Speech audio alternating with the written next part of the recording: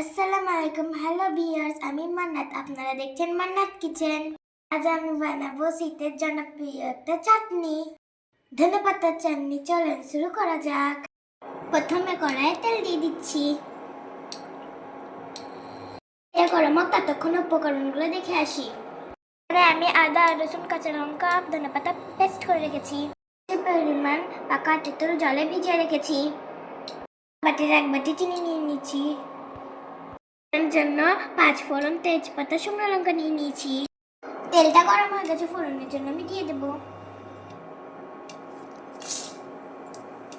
সাহায্যে ভালো করে ভেজে নেব।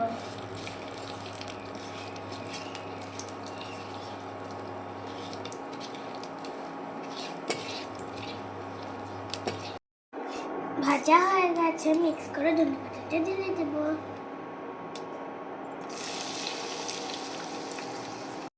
পরিমাণ মতো লবণ দিয়ে দিচ্ছি। পরিমাণ মতো চিনি দিয়ে দিচ্ছি। চিনির বদলে গুঁড়ো দিতে পারেন। ভালোভাবে নাড়তে থাকবো।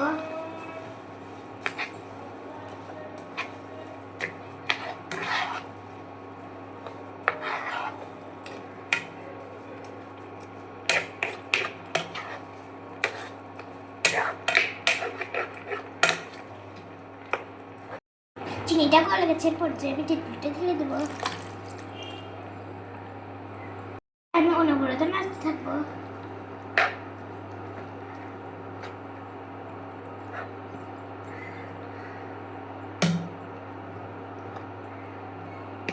চাটনিটা এবার আমার শেষের দিকে।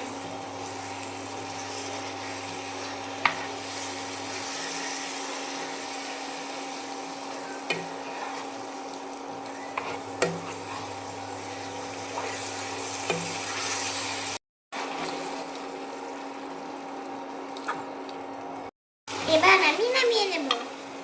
দেখলেন তো কত সহজে তৈরি হয়ে গেল আমার টক ঝাল মিষ্টি ধনেপাতা চাটনি।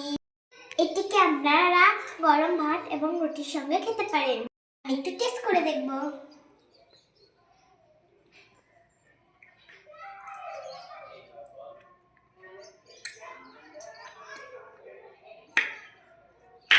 দারুণ! আচ্ছা, এবার আমি আসি। দেখা হচ্ছে নেক্সট ভিডিওতে অন্য কোনো রেসিপি নিয়ে। ততক্ষণে সবাই ভালো থাকবেন।